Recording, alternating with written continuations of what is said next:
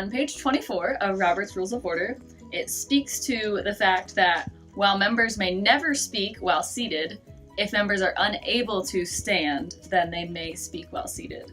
So that's a good thing.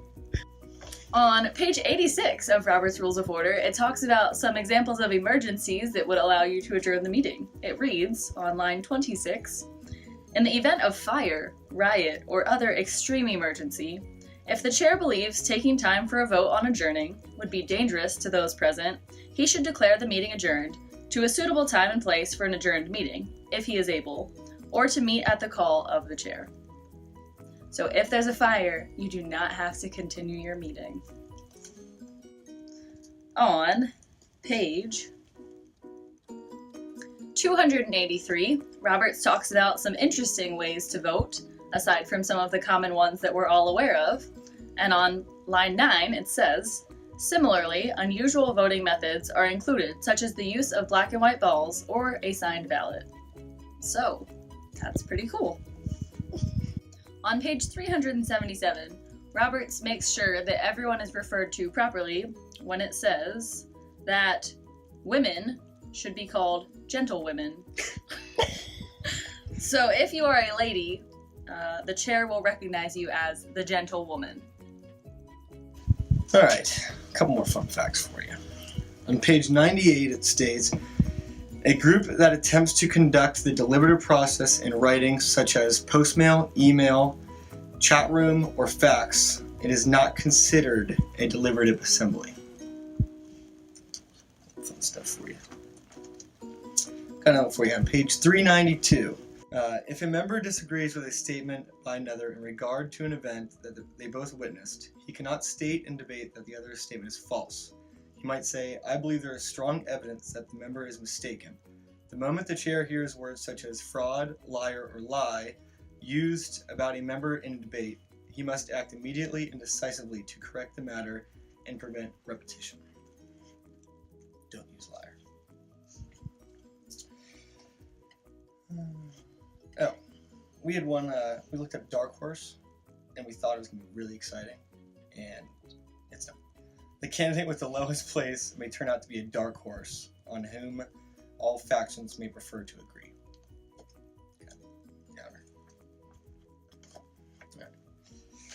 One more, on page 647. If the member obeys at this point, the matter can be dropped or not, as the assembly chooses. The case may be sufficiently resolved by an apology or withdrawal of the objectionable statements or remarks by the offender. But if not, any member can move to order a penalty, or the chair can first ask, what penalty shall be imposed on this member? Did you know that churches are recognized by Robert's Rules of Order as mass meetings? On page 21, on line 27, it reads, in a mass meeting or in a regular or properly scheduled meeting of an organization, as for example in many church congregations, so that means that church congregations are a mass meeting. Did you know that you can also make hostile amendments?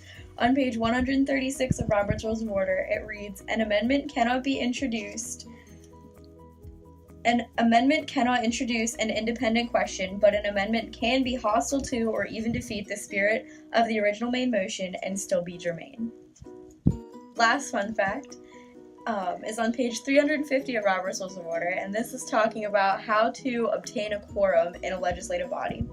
So, in legislative bodies or other assemblies that have legal power to compel attendance of their members, a procedure that can be used to obtain a quorum, if necessary, is the motion for a call of the House. This is a motion that unexcused absent members be brought to the meeting under arrest. When a call of the House is ordered, the clerk calls the roll of the members, then calls again the names of the absentees, in whose behalf explanations of absence can be made and excuses can be requested.